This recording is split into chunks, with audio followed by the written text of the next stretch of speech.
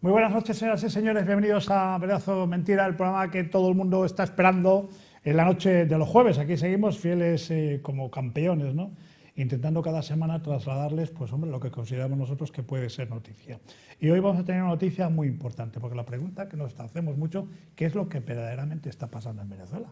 La verdad es que según sople el viento, según tengas familiares o conocidos en Venezuela, o según la información que te dan las grandes cadenas, los medios de comunicación, pues dependiendo de una cosa u otra, hombre, si tú puedes ver Telesur, yo lo veo en casa de vez en cuando, y cuando digo a mis familiares de Venezuela que veo Telesur, me dicen que es una cadena tóxica, me dicen. Digo, es que no veo otras.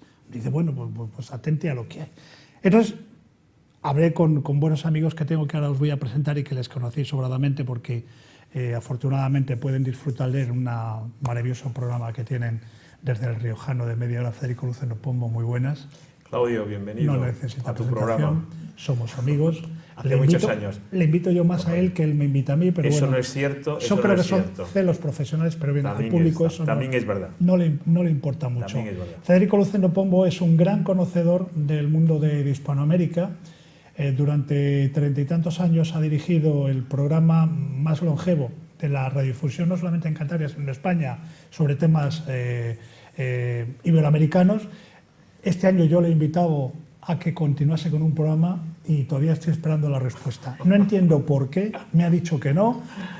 Si es una cuestión personal, sí que lo podría entender, pero no puedo entender cómo después de 30 y tantos años deje morir un programa. Pero eso será otro en los después, una vez que finalicemos este programa, o para otros, Federico nos dará el porqué de esa situación. A lo que iba, centrémonos. Si ahora son las 9 y pocos minutos de la noche, en Venezuela deben ser las 4 y pico de la tarde. Hay que recordar a todos nuestros oyentes, a pesar de esos 7.000 y pico kilómetros de distancia, que nos pueden ver a través de en directo, bien a través de Popular Televisión, o bien a través de la página web que tiene yo, Claudio Acebo, donde emito la promoción de Popular Televisión, que si hay alguno que llame por teléfono y tal, ¿qué hacéis a las 4? Pues oye, mira, en vez de ir a una manifestación de Maduro, pues que vean el programa y entonces hacemos la contra. Otra cosa es que a lo mejor rastrean el streaming de quien conecten y puedan tener problemas. Esto no quiero decirlo con frivolidad, pero la situación allí en Venezuela es morrocotuda, es muy tensa. A 7.000 kilómetros las cosas se ven, a mí la vida me ha hecho entender que las cosas se ven de manera muy diferente. La distancia, las cosas se ven muy diferentes. Una cosa es estar allí, una cosa es ver lo que está padeciendo todo el pueblo venezolano, y otra cosa es cómo con el paso del tiempo, de las horas y de los kilómetros, a lo mejor desde aquí se ve de manera más distorsionada. Centramos el debate. Ya he presentado a Federico Luceno Pombo, presento también a María Eugenia Hans. Buenas noches. Politóloga, correcto. Lleva 10 años aquí en Santander, ella es de Maracaibo.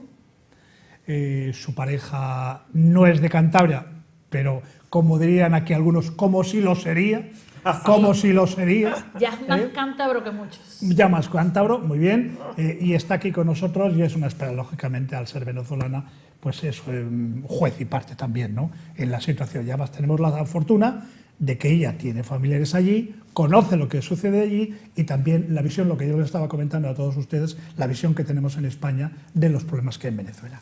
Y otro venezolano que es cara conocida, si a ustedes les gusta el champán, el buen vino, me imagino que van por la calle, ¿cómo se llama? La calle Arrabal, y ahí hay una vinoteca de este hombre querido por todos, que es Jean Marcos Núñez, que es un especialista en todo. Él es venezolano, él lleva un par de años más, me parece aquí, llevas un par de años más. 12 años. 12 años, todavía continúa con el acento venezolano. ¿Cómo llegaste aquí?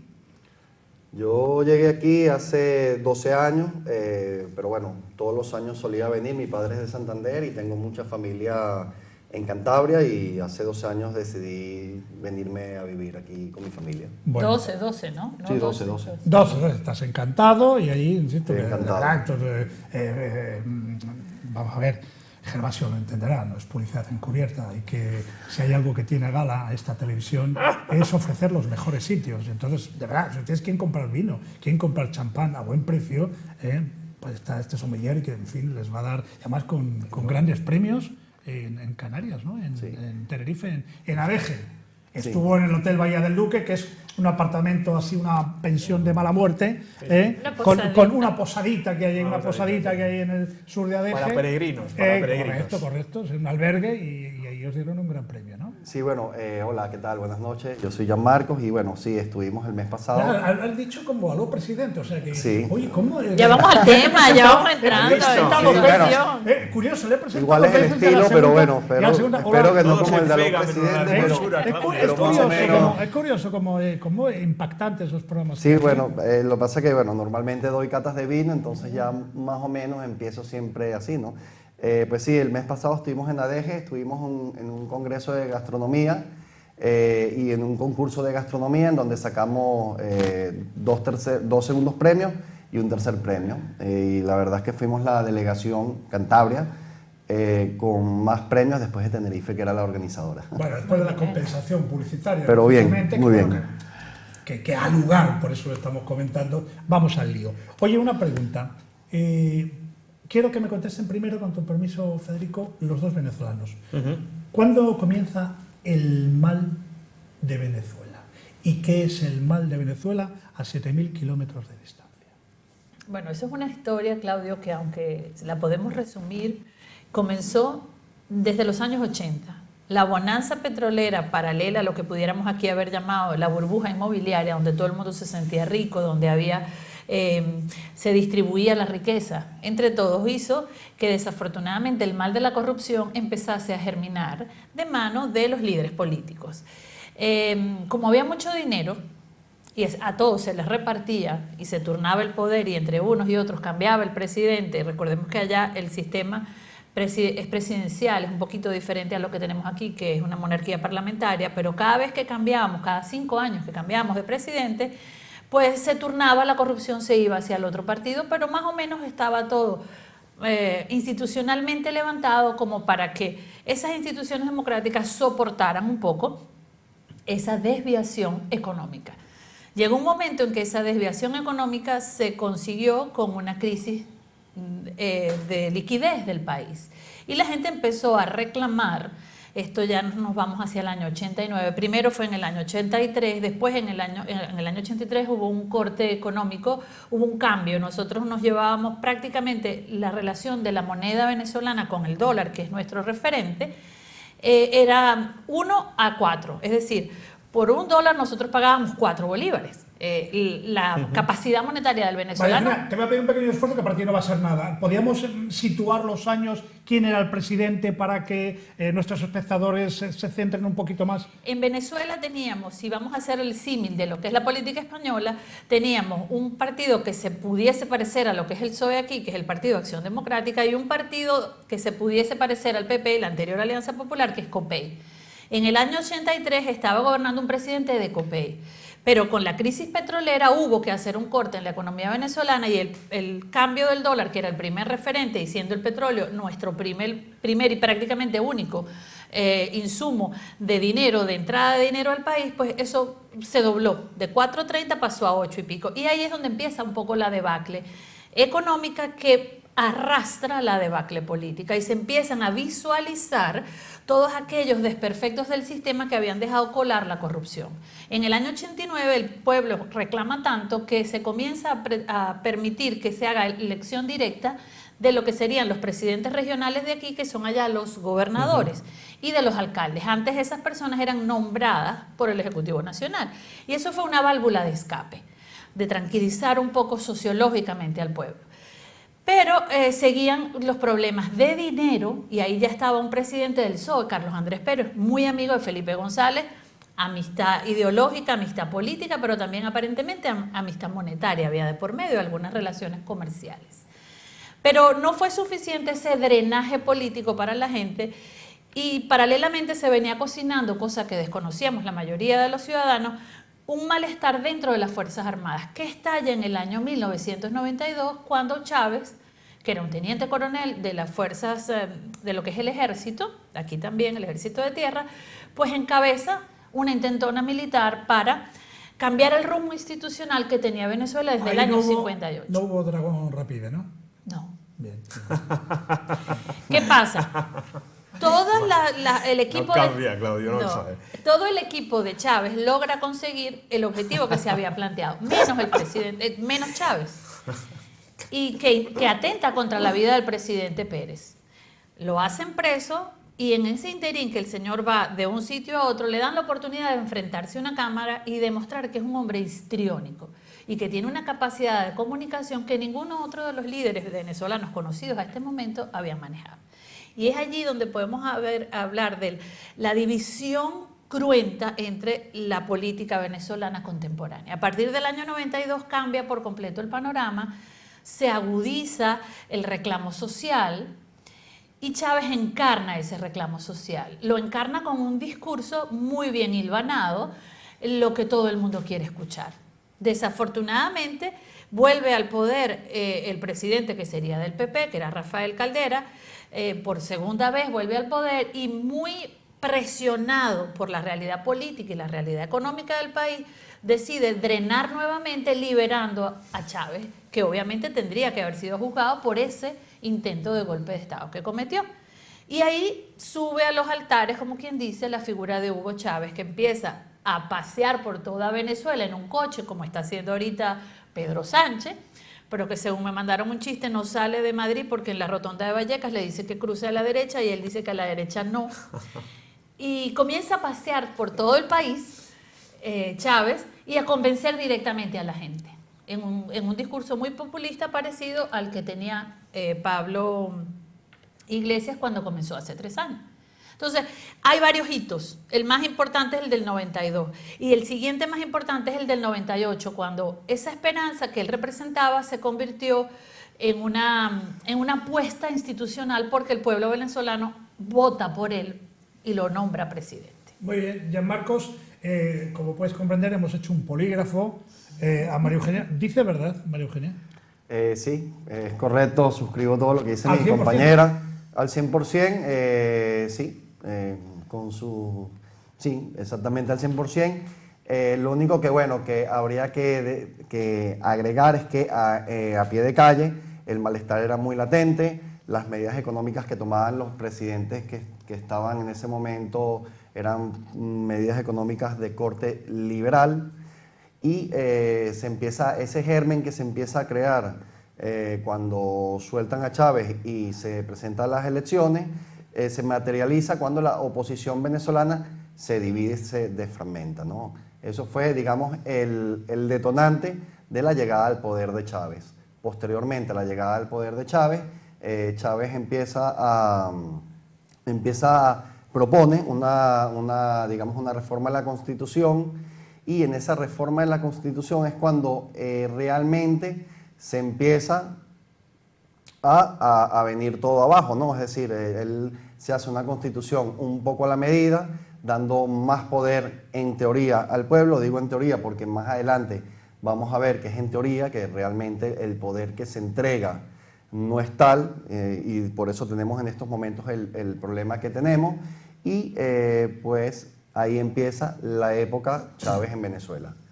Esa época Chávez en Venezuela coincide con unos precios muy altos del barril de petróleo, con una bonanza económica y con una muy bien hecha campaña de marketing político, ¿no? Es decir, la revolución de Chávez no solamente se queda en Venezuela, sino se empieza a exportar, ¿no? Se empieza a exportar primero en Latinoamérica y luego hacia otros países. Se podría decir que digamos, en ese tránsito la oposición ha estado bastante dividida, bastante fragmentada y poco a poco se ha ido cohesionando. Es importante decirle a la gente, para mí es un mensaje bastante importante el día de hoy, es que la oposición venezolana no es completamente de derechas ni completamente de izquierdas, digamos, es una amalgama de fuerzas y de pensamientos políticos que digamos que están unidos para un objetivo común, que es llegar a unas nuevas elecciones, ¿no? No es que se quiera quitar al gobierno de Venezuela en estos momentos porque se quiera quitar al gobierno de Venezuela en estos momentos, sino lo que se quiere es que se cumpla la Constitución y que se realice un referéndum revocatorio. Para que los oyentes entiendan y para no perder tiempo en esto, la pregunta importante es, o la reflexión importante es, si el referéndum revocatorio se celebra en este año, en el 2016, sale el presidente y en 30 días hay que convocar unas nuevas elecciones. Si el referéndum no se realiza en el 2016, sino en el 2017, el presidente sale, pero el cargo lo tomaría el vicepresidente, que acabaría con el mandato presidencial hasta, me parece que es el 2019, ¿no? El vicepresidente ahora es Diosdado Cabello. Bueno, luego me lo ponen muy fácil, no lo ponen muy sencillo, porque la siguiente pregunta es ¿qué creéis que va a suceder? Pero bien, hasta aquí la visión de dos nativos, dos personas que han nacido en Venezuela, llevan 10 años aquí, pero que conocen perfectamente, porque tienen numerosos contactos con el pueblo venezolano. Entonces hemos querido en este programa añadirle una tercera persona que es de aquí, que tiene un conocimiento increíble, no solamente con lo que pasa en Venezuela, sino también con sus visitas periódicas a países del entorno, y que tiene otra visión, que es nuestro compañero Federico Luzón de Pombo, que me gustaría, parece que está claro el discurso que ellos han dado de la situación bajo su criterio de lo que ha sido Venezuela desde los años 80 y tantos, con ese supuesto mal que yo decía de Venezuela, cuál era el origen, y a mí me gustaría que nos comentaras, bajo tu punto de vista, a 7.000 y pico kilómetros, si coincide con el de ellos quieren, o quieres introducir algún matiz que creas tú que es relevante para hacernos una composición más exacta. Yo estoy muy de acuerdo con mi querida María Eugenia y con llamar grandes amigos ya hace mucho tiempo. Pero yo sí quería añadir un poco sobre el discurso de ellos, sobre unos pequeños titulares, lo cual es cierto. Yo recuerdo hace muchos años, había un grupo maravilloso de música en Venezuela llamado Los Impala. Yo estaba en Colombia y yo iba con un grupo de colombianos, entre ellos Carlos Holmes Trujillo, que puede ser el futuro presidente de Colombia si se presenta con la candidatura del Centro Democrático de Álvaro Uribe, con Edgar Bustamante, que ahora está en Barcelona, un gran empresario. Íbamos a ver a Los Impala, un grupo de rock magnífico, Claudio, parecido a Enrique Guzmán y los Tentones. Entonces íbamos a unos sitios maravillosos, era un auténtico paraíso. Nosotros de Colombia era pasar de Colombia a Venezuela, era pasar, tú lo vas a entender perfectamente, que digo Claudio y nuestros telespectadores, pasar de la España de los años 50 a Londres de los 60, o sea, prácticamente igual. El bolívar prácticamente con el dólar. Íbamos a Sabana Grande, íbamos a Las Mercedes, a Chacaito, íbamos a tomar unos traguitos deliciosos a un sitio se llamaba Camilos, a un sitio que se llamaba Juan Sebastián Bar. Eso todavía existe, Juan Sebastián Bar, todavía por lo menos existe, hace 5 años existía. Con un pabellón criollo y una polar. Era una auténtica maravilla, con las maravillosas venezolanas por allí, una delicia. Fíjate, mamá la pobre me decía, cómprame chocolate, que no lo encuentro, solo lo encuentro cuando voy a Santander y en Caracas, porque en Bogotá o en Popayán no lo hay. Fíjate qué nivel, primera cosa. O sea, completamente de acuerdo. Era un ejemplo para toda América Latina. Ir los ecuatorianos, los nicaragüenses o los panameños. Ir a Caracas era como nosotros hace muchísimos años, que dio Claudio, ir a París o a Londres o a Nueva York. Es así. Segundo opinión, hay que decir de Carlos Andrés Pérez, hay un dato que María Eugenia no ha citado, pero es tan importante y a nuestros telespectadores le va a impactar. Carlos Andrés era vicepresidente de la Internacional Socialista. Cuando da el golpe Chávez, que es un cobarde, porque sus compañeros están todavía combatiendo en Valencia y en Maracaibo, el tipo se entrega. Por ahora hemos fracasado. Este que manda tanto ahora, que es un auténtico genocida, que es Cabello, que era un tenientillo, se entregó sin tirar un tiro y ahora va de valiente. Hay que decir esto. Y Chávez, el teniente coronel Chávez, estuvo coqueteando con la extrema derecha europea, con la extrema derecha española. Tuvo una relación epistolar importante cuando estaba en la cárcel con Blas Piñal, que quizá el nombre le suene todavía a mucha gente. Es un poco lo que yo quería batizar. Yo estoy un poco preocupado porque el Papa me parece una labor estupenda, es un personaje latinoamericano, un gran hombre, prodigio, un hombre de Dios, como diría nuestro director, diría Gervasio Portilla. Pero yo, el peligro, yo lo hablaba antes con María Eugenia y con Jean-Marc, yo el peligro que estoy viendo es que el canto de sirena que ha lanzado el chavismo, concretamente Hugo Chávez, lo ha recogido algún grupo de la oposición. Y yo me temo, ellos lo saben mejor que yo, seguro, me temo que ese bloque compacto que se estaba consiguiendo, una de las cosas por lo que más luchó María Eugenia concretamente y se implicó, y Jean-Marc, que está consiguiendo el chavismo que otra vez vuelva a quebrarse, a romperse la oposición. Esos son mis puntos. Pues ahí son los matices, los 3 puntos de vista que son interesantes. Vamos a tocar diferentes palos, ¿no? Porque yo también tengo otro tipo de curiosidades que a mí me encantaría, de cara, no para mí personalmente, sino trasladarlo a todos nuestros espectadores. Y luego hablaremos, bueno, cuál ha sido, qué hizo Chávez para conseguir ese populismo aplastante. Que eso también es una pregunta, porque también, dependiendo que de informes, dice, no, es que Chávez se preocupó de los más desvalidos, etcétera, etcétera, les hizo esto, bueno, en fin, y cada uno que dé su punto de vista. Decía que yo tenía familiares en Venezuela, recuerdo de pequeño, no sé si eran finales de los años 60, comienzos de los 70, que mi tía venía de Venezuela, cargada en el Santa María, se llamaba el barco que había, un barco Santa María, y venía cargada de cosas de Venezuela. Me parece que el cambio de moneda era 14 bolívares una peseta. Al revés.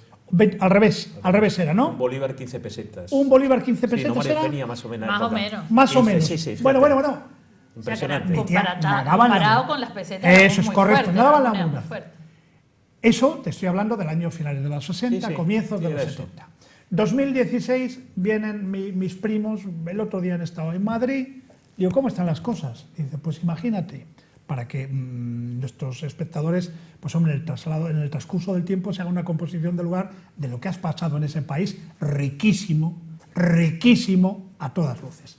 Dice, mira, te puedo decir, a ti no te tengo por qué mentir ni nada. Antes de venir a España, tuve que recorrer en mi coche 600 kilómetros para comprar carne para mis hijas y para mis nietos. Carne. Dice, y otra de las cosas que más me dolió, y ahí enlazo con la anécdota que tenía Federico Lucendo Pombo de Colombia, me dijo mi nieta, dice, abuelo, mira a ver si me traes galletas de chocolate. Fíjate. Cuidado, galletas de chocolate. Alguien dirá, bueno, es una anécdota de las muchas, pero es que voy a andar en 2 más y con esto ya me callo porque yo quiero que nos hablen mucho de Venezuela. Ellos son clase media. Son clase media que en su momento vivían bien, como la gran mayoría en Venezuela. Habría lógicamente como todos, hay ricos y pobres, en fin, como todo el mundo, ¿no? Clases medias, ahora aquí las clases medias, en fin, que no me quiero meter en jardines, Y una vez estuve hablando con un constructor que en los años 80 les encargaron hacer unas autopistas y tal. Y empezaba ya lo que estaba diciendo María Eugenia. Dice, fíjate, con ese país tan rico, que tenemos que importar las puntas de clavar, porque no tienen en Venezuela. Dice, eso es un desastre, con lo cual las obras se encarecen de una manera brutal. No hace muchos años tienen whisky, pero no tienen agua. Es tremendo.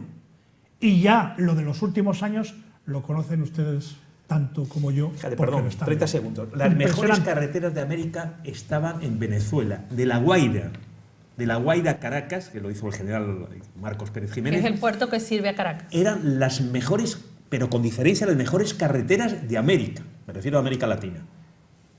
Fíjate. Dice, aquí no hay acero, aquí no hay cemento. Terrible.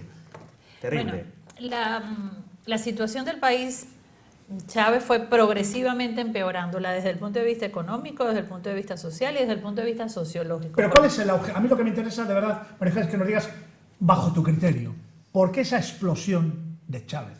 ¿Por qué gana ese populismo cada vez más y más? ¿Qué es lo que dijo, lo que hizo? Él sencillamente le dijo a la gente el mismo discurso que le decía Pablo Iglesias hace 2 años a la gente, y la gente lo compró. Necesitaba que alguien le pasara la mano, necesitaban que alguien los hiciera sentir queridos, y efectivamente sí había una parte del pueblo que estaba desfavorecida, que que no era que estaba fuera del sistema, pero que se sentía fuera del sistema, y Chávez les prometió a esa gente que los iba a incluir y que el país iba a ser de todos. Entonces, ese discurso lo compró esa gente, pero al mismo tiempo lo compró la clase media, que en Venezuela era bastante amplia.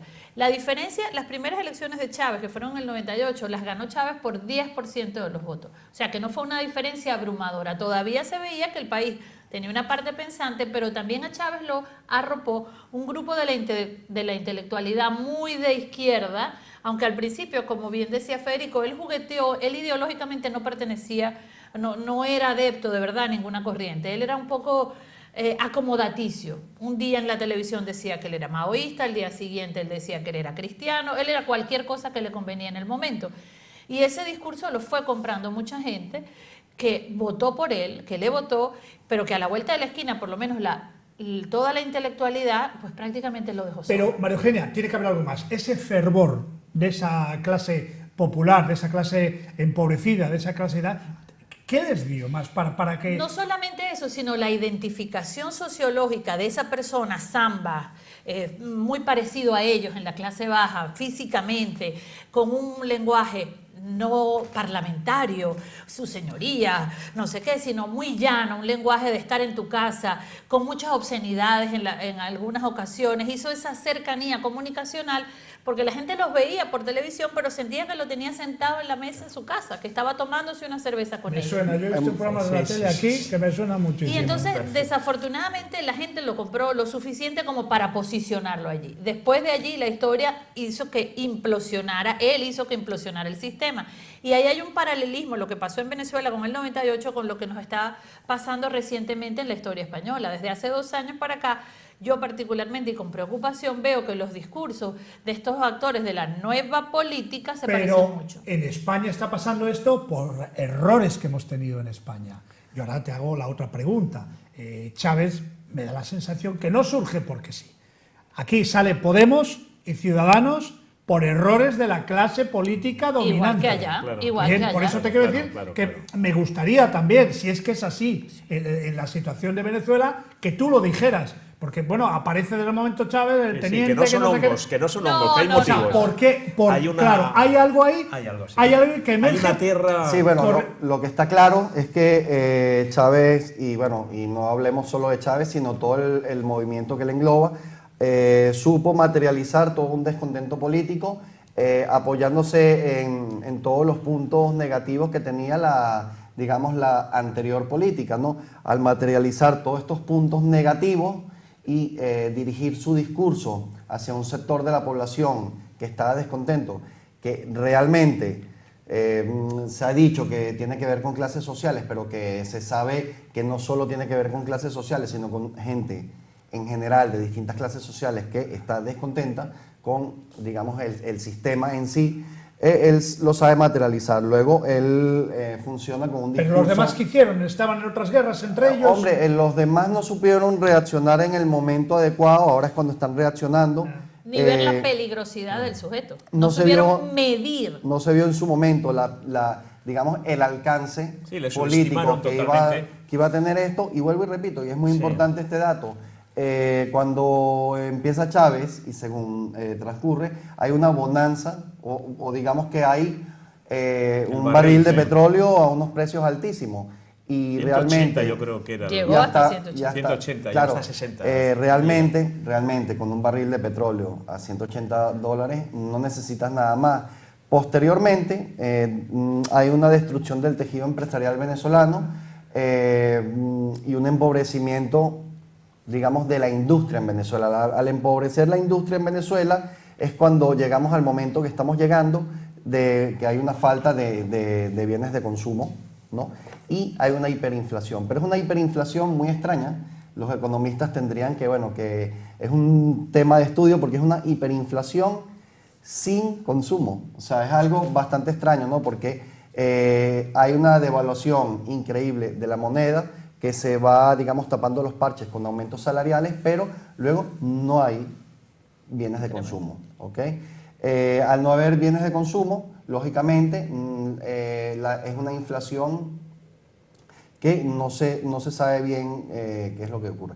lo cierto del caso es que la gente no tiene que comprar, ¿no? Claudio, fíjate, yo que estoy tan de acuerdo con lo que están diciendo Yanmar y María Eugenia, pero hay unas cosas que es curiosa. Se está hablando mucho de Chávez. Yo recuerdo en un programa que tú dirigías en la COPE, en el Avispero, que me llamaste hablando de Chávez, estaban diciendo unas cosas. Chávez tenía una formación, Chávez era ingeniero civil. Es cierto lo que decía María Eugenia, él tenía el lenguaje que llegaba a la gente de los ranchitos, pero él tenía una preparación importante. Él había estado en unos cursos de alta escuela militar en Perú, por ejemplo. Era un tipo con cierta preparación. Lo que es ridículo es el payaso, y perdónenme la palabra, pero es cierto, es Nicolás Maduro. Nicolás Maduro no tiene ninguna formación. Yo he estado con gente que dice, no, yo soy chavista, lo que no soy es madurista. Es un hombre sin ninguna preparación. Es más, las últimas lo que dices que luego quieres ir, no te dejan entrar como en Cuba. Claro, también, Claro. Pero bueno, todo sea por la libertad. Ya, bueno, hombre, que sí. Oye, no, pero bueno. Pero es verdad, o sea, no está diciendo Que ninguna no, que mentira. no, hombre, vamos a ver. Lo que lo estás diciendo es Es así. visceralmente, pero pero es cierto. a mí como venezolano, que en estos momentos... que es, Sí. es una boba. No me hagas Una censura. boba. No, hombre, no te hago censura, pero yo me pongo en el lugar que ahora los venezolanos que nos pueden estar viendo, vamos a ver, yo español, Claudio. yo digo lo que creo, Claro. lo que creo sobre mi primer ministro, mi presidente. Retiro pero la palabra. cuando lo dicen desde payaso. fuera, Digo me clown. sienta mal. Vale, Bueno, digo no, clown. en este caso yo no me siento Bueno. ofendida en lo absoluto. 30 segundos. Vale, bien. Fernando. Fíjate qué poco prestigio tiene este señor. Fíjate qué poco prestigio, que no se ha atrevido a la última conferencia iberoamericana en Cartagena de Indias, no se ha atrevido a él. Hay una crítica del actual presidente del Perú, que le hace una pequeña crítica, Juan Pablo. Hay una pequeña crítica, pequeñas críticas de la presidenta chilena, y él no se atreve y manda a su ministra de Asuntos Exteriores porque no se atreve a hablar en Ya no Cartagena está de un Indias. buen rollito con Correa. Y, Bueno, Correa, no, Correa se va ahora, y Correa Sí. es un chico educado, unos jesuitas, es otra cosa. No Pero es- termino.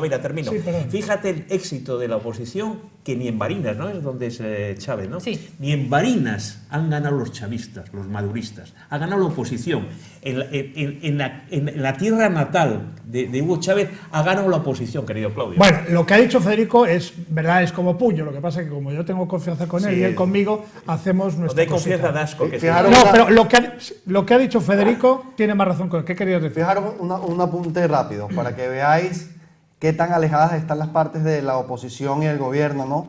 El gobierno dice que hay políticos presos y la oposición dice que hay presos políticos. Entonces, esa es un poco para que veáis los puntos de vista de cada uno de los actores, ¿no?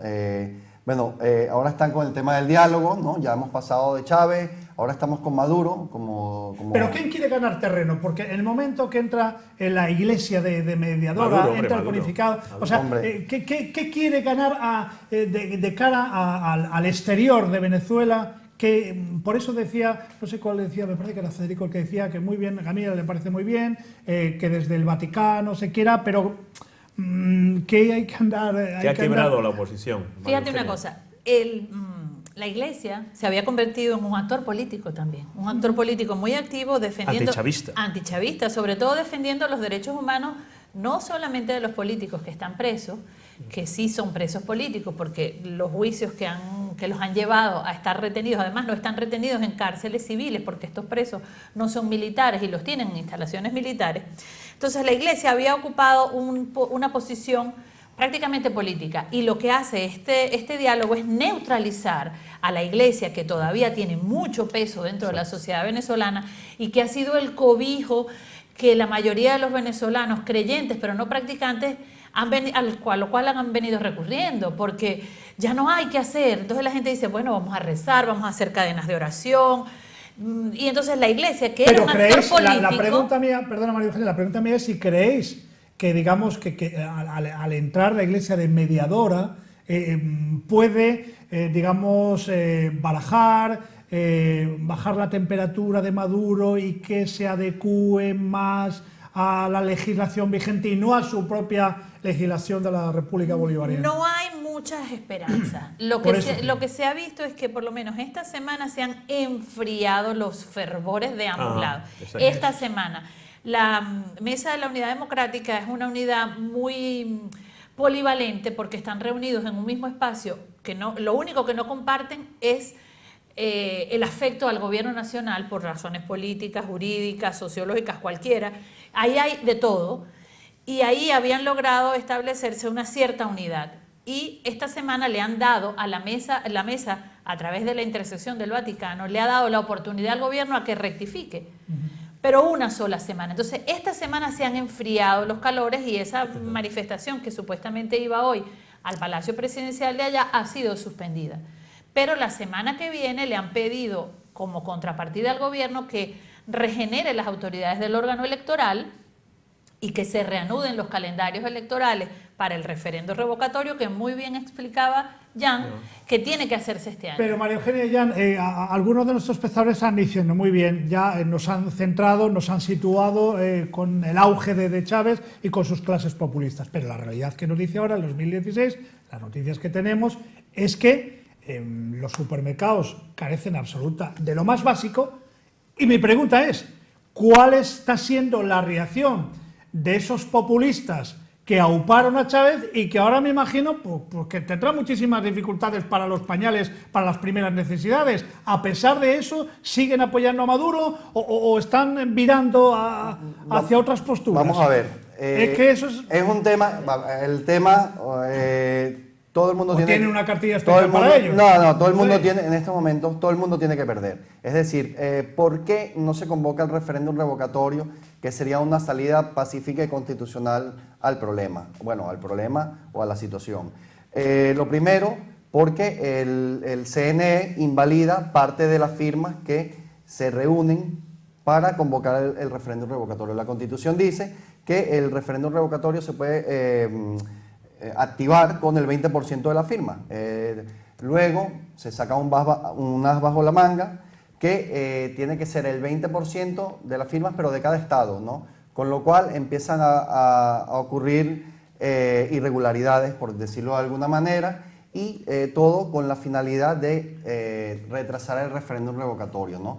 Esa pregunta que tú haces, digamos, se podría responder a la hora de convocar un referéndum revocatorio, y si lo gana el gobierno sigue, y si lo pierde tendría que... Bien, perfecto, pero antes de eso hay una realidad, una desgraciada y triste realidad, que la gente no tiene para comer. La crisis humanitaria, por claro, eso... Entonces, ¿cuáles son las reacciones de esas clases sociales que hasta hace muy poco estaban ahí dejadas de la mano de Dios y que según Chávez él las ha abrazado y que ahora pues, vuelven a encontrarse con que no tienen nada? Chávez está en la no, olvidaron de Chávez. Bien, pero no, estaba siguiendo un poco la cronología que estaba... Fíjate, ¿Cómo me dejas, Claudia? la realidad afecta a todos, no a todos por igual, pero afecta prácticamente a toda la sociedad venezolana. Las necesidades y las carencias son colectivas. De hecho, hace cuestión de 3 meses, un hermano de Chávez, sin ir muy lejos, falleció porque lo invadió una bacteria estomacal que se adquiere por la ingesta de alimentos en mal estado. ¿Por qué? Porque los alimentos que se venden, el pollo, tenía salmonela y el tipo se murió, igual que cualquier otro mortal.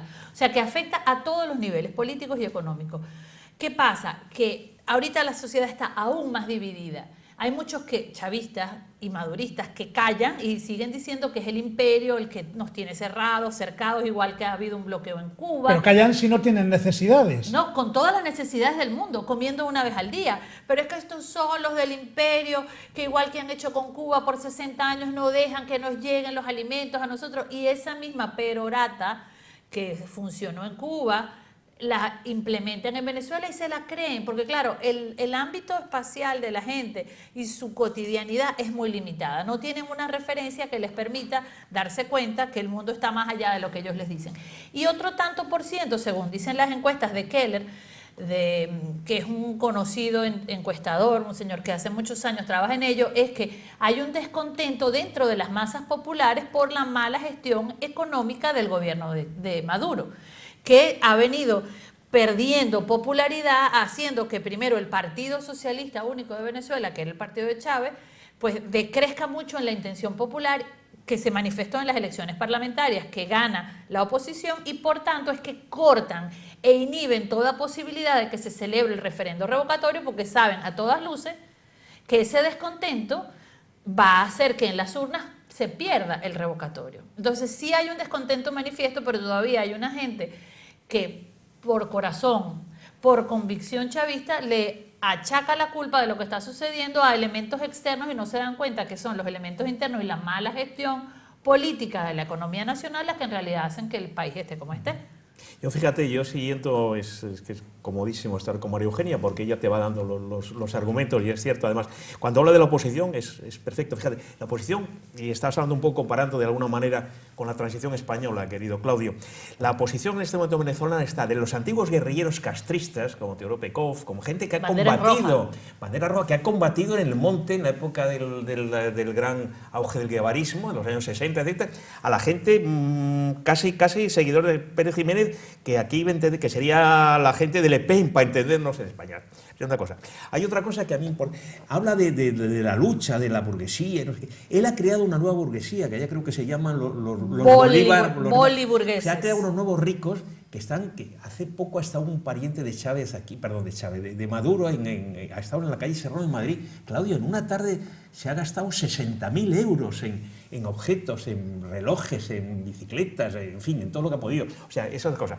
Y luego la tercera cosa que yo quiero decir, creo que es importante, es que cada vez tiene menos apoyos el Maduro. Yo pienso, y mi opinión muy personal, que incluso dentro de Cabello, por ejemplo, y la gente más ortodoxa, por llamarlo de alguna manera, del chavismo, están ya incómodos con él. Y termino diciendo una cosa, que luego la figura de Bolívar que era un aristócrata, Bolívar que era un hombre que se quiso de hacer rey, que salió por pies de Colombia cuando se dio a coronar, que tuvo problemas con Sucre, que tuvo derrotas, Simón Bolívar, que entrega a Francisco de Miranda a los españoles, que fue el gran precursor de la independencia. Entonces, hablar de todos estos zambitos, con todos mis respetos, de la figura de Simón Bolívar, que era un aristócrata, que era el marqués de Toro, su abuelo, o sea, es una aberración total, es una cosa que no tiene ni pies ni cabeza. Así está Venezuela, claro. Bueno, vamos a hacer de malos, ¿no?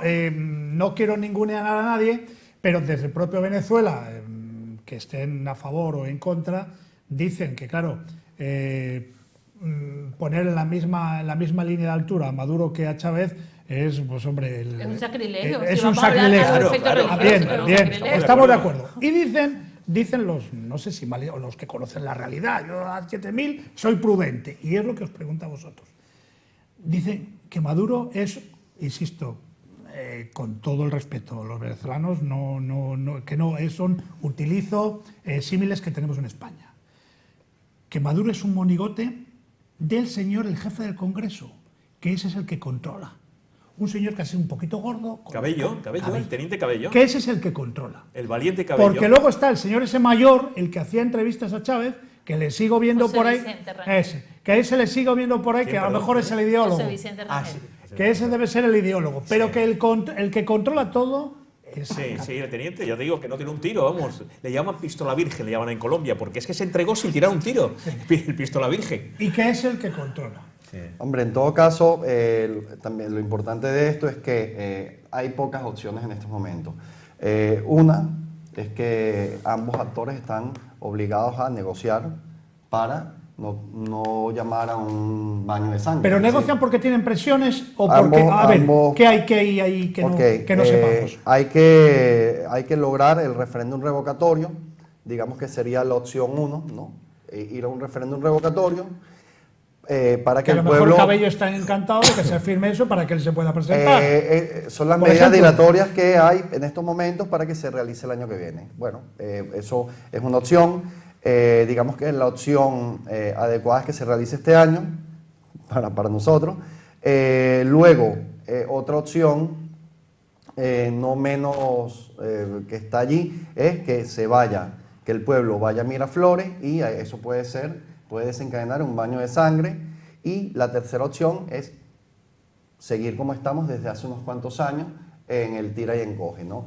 Por eso es muy importante todos los mediadores que están mirando hacia Venezuela, porque realmente las condiciones no están dadas para ningún diálogo por ambos, digamos, por los actores, ¿no? Otra cosa importante es que hay una crisis humanitaria, tanto de alimentos como de medicina, que hay que solucionar. Eso no está solucionado, ese es el día a día del venezolano, eso es sumamente importante. No hay una libertad de expresión. Cuando ves las noticias, sin profundizar mucho, ves que los periodistas de televisión española los dejan retenidos en el aeropuerto de Maiquetía y les hacen volver a Colombia, que es donde está la corresponsalía, pues realmente te das cuenta que libertad de expresión y de comunicación no hay, y también los presos políticos que en estos momentos están recluidos en Ramo Verde. También es importante decir que, bueno,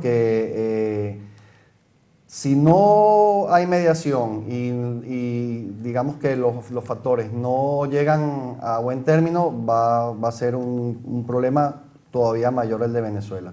¿La oposición cree en España? ¿Cuál es el papel de España bajo Yo vuestro te- pero siendo sinceros, ¿eh? Yo te voy a contestar primero la pregunta anterior. Perfecto. Tú preguntabas quién era el que mandaba. Sí. Allá ellos están divididos. Hay el grupo militar y el grupo civil. Originalmente el grupo más fuerte era el grupo militar, que era de donde venía Chávez. Pero en el otro lado estaba José Vicente Rangel, el viejito que tú dices, que lo orquestaba.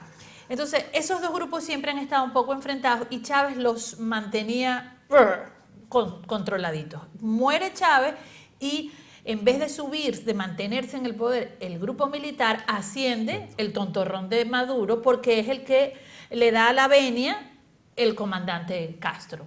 Y entonces esa fricción siempre ha existido y se dice que obviamente que Cabello se quiere tragar a Maduro, por lo cual para él no sería ni malo que se hiciera el referendo revocatorio este año. Claro. Pero ahí hay una tensión. ¿Quién está ganando ahorita? Obviamente ha ganado Maduro, ha ganado el ala civil, pero él está rodeado de unos trisoleados de gente, de unos militares que son como su guardia pretoriana. Ya el país no se puede decir que es una democracia, sino que más bien pareciese a todas luces que es una dictadura pretoriana, porque últimamente lo que vemos es que cada vez que sale el presidente, salen atrás todos estos señores supuestamente generales que son unos monigotes que nunca han matado sino a los ciudadanos en la calle. Entonces, ¿quién manda? Por ahora, los civiles. Pero los militares le tienen unas ganas, tan loquitos que pase algo que se resbale para terminarlo de sacar, ¿no?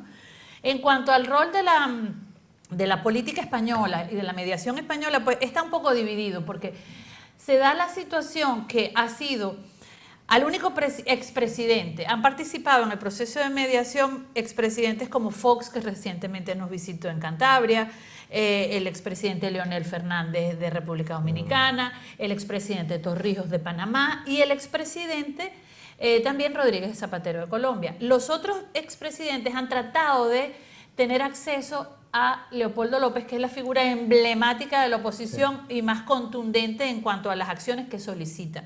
Pero coincidencialmente el único que le han permitido tener acceso a Leopoldo López ha sido el presidente Zapatero, por intermediación del gobierno, que lo tiene en una prisión militar. Entonces hay como cierta reticencia del rol que el presidente Zapatero está jugando. Sin dudar de la buena intención de la participación de Zapatero, pues no se le ve como con mucha confianza, porque toda la sociedad venezolana está sumida en un halo de desconfianza. O sea, no le creemos a nadie, pero es que ni al Papa, pues. El ¿por qué no te calles? ¿Gustó? ¿No gustó? A todos, todos nos mandamos a hacer camisetas. ¿Por qué no te callas? ¿Por qué no te callas? Las vendían en la calle. Sí. Ese golpe fue buenísimo. Y los últimos golpes que Rajoy, verbales digo, los últimos golpes que el presidente Rajoy le ha dado a Maduro también han gustado mucho y han calado. De hecho, por eso, cada vez que Maduro puede, le tira una florecita a Maduro. Rajoycito. Sí, Rajoycito. Maduro le dice, si yo estuviera allá, yo ganara las elecciones. No, siempre le tira una florecita al estilo. Fíjate, cuando esa frase yo estaba al día siguiente, estaba almorzando con los papás de María Eugenia y lo contaban con mucha gracia.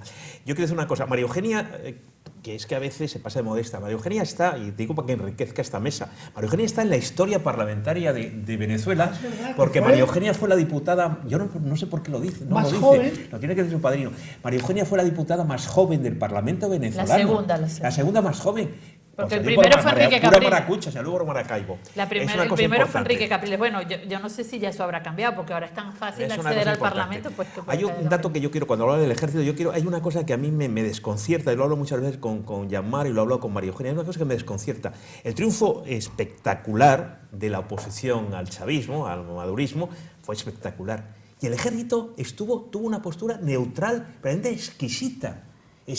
¿Te acuerdas que comentamos que había una cosa, yo lo hablé contigo, Yanmar, y con vos, contigo también, que podía salir a la calle, podía ser un baño de sangre. El ejército estuvo escrupulosamente democrático, creo, Claudio. Se portó verdaderamente democráticamente, como ha sido siempre el ejército venezolano, es decir, vamos, periodos muy claros de su historia. Es una cosa que a mí me sorprende. ¿Puede haber para Maduro una puerta giratoria, algo que en España...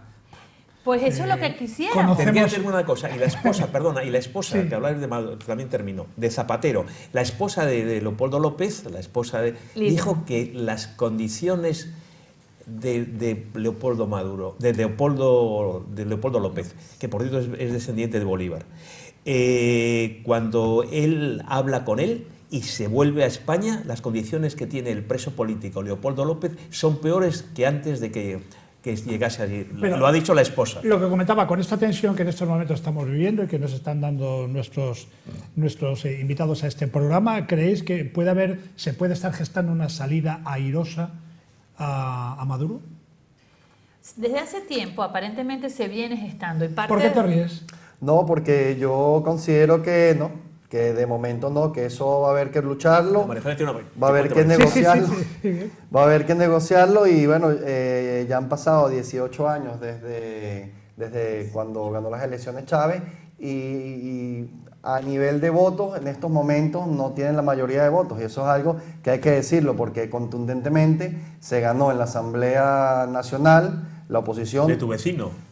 Sí, bueno, vecino y amigo. El presidente de la Asamblea Nacional era vecino de ella. Era vecino, amigo, ya se lo contaba yo a Claudio. Y digamos, el triunfo fue contundente. Entonces, en estos momentos, digamos que numéricamente no sé yo si ellos podrían llegar a hacer algo. Sí que es cierto que en un partido de fútbol... María Eugenia, que tiene una información privilegiada siempre. Siempre acierta. Yo discuto mucho con ella, pero siempre acierta. A mí llamar, pero tienes una... Cuenta. Mira, a ver. Lo que pasa también es una cosa que tenemos que evaluar. Y es que fuera de Venezuela, en cualquier territorio que pisen estos señores chavistas, van a ser apresados porque han cometido delitos de lesa humanidad.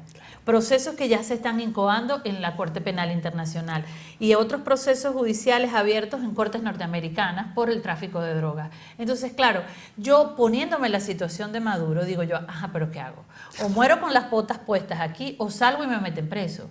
Entonces, el pobre hombre, porque es un pobre hombre, no hay otra manera de describirlo, está en un dilema existencial de, ajá, me voy, el único sitio donde puedo estar seguro es en Cuba, pero es que además esos señores de Cuba no son confiables porque se venden al mejor postor, ya se vendieron a Obama. Entonces el hombre está en un dilema existencial de ¿para dónde agarro? ¿Me quedo aquí y muero dentro del palacio? ¿O qué? Se supondría que él debería abrir una válvula para que la gente drenara un poco ese fervor político, que además es muy legítimo, porque viene alimentado de hambre de estómago, no de hambre de ideas. Y lo más lógico es que él drenara un poco la situación del país, aunque fuera con elecciones regionales, que estaban pautadas constitucionalmente para hacer dentro de un mes, este año. Pero es todo lo contrario, están cerrando todas las posibilidades, lo que a mi parecer implica que va a haber una gran implosión que va a ocasionar que se desequilibre más todavía el juego. Y llegada a esta situación, la pregunta que no quería haceros, pero que tal y como se está escuchando la tengo que hacer. Insisto, me duele hacerla porque no quiero hacerla, pero me siento en la obligación de hacerla. Parece que es un contrasentido, una cosa, pero es así. Sabemos la pregunta. La pregunta es la que puede estar pensando Federico y mucha gente, sí, a tenor de lo que estamos viendo y escuchando. ¿Puede darse el caso de una confrontación civil en Venezuela? Yo creo que sí. Yo creo que sí.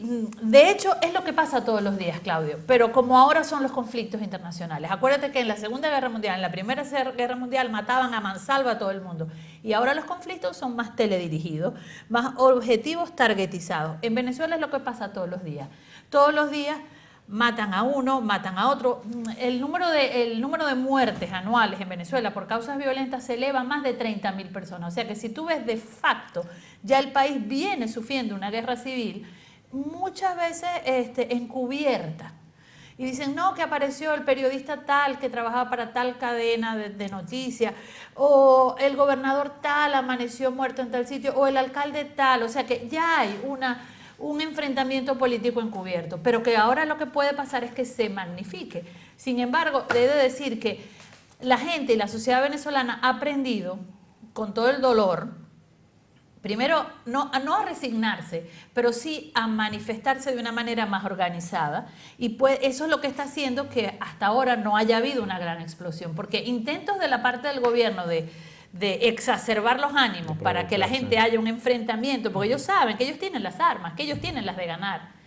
Pero la gente ha sabido controlarse y eso yo creo que ha sido gran tarea de la MUD, de la Mesa de la Unidad Democrática, que con todos sus defectos ha logrado mantener a la gente bajo un carril institucional y democrático. Bueno, sí, de hecho, para el día de hoy está pautada una marcha al Palacio de Miraflores. Normalmente cuando la oposición llama a una marcha, el gobierno llama a otra marcha, con lo cual están todas las condiciones dadas para un enfrentamiento popular. O sea que está suspendida hasta el día 11. Manifestaciones que desgraciadamente se saldan, Federico, ayúdame, con algún fallecido. Es que ha habido siempre por el mismo lado, Claudio. Porque, por ejemplo, hay una cosa que es curiosa, es que el discurso progre, entre comillas, español se cae. La gente que está en la vanguardia de la lucha contra el madurismo es los universitarios, como bien dice María Eugenia, la gente pensante, los intelectuales, la gente más brillante, la clase media completa lo que queda. Pero los estudiantes que han sido siempre la vanguardia de la lucha en América Latina están en contra, el 97%, que es un dato verdaderamente impresionante, ¿no? De hecho, las nuevas caras del Parlamento venezolano después de las últimas elecciones que ganó la oposición son caras de estudiantes, de chicos estudiantes. Pues han podido ustedes comprobar de primera mano cómo nuestros invitados nos han dado una lección magistral de cómo se vive la situación preocupante en Venezuela.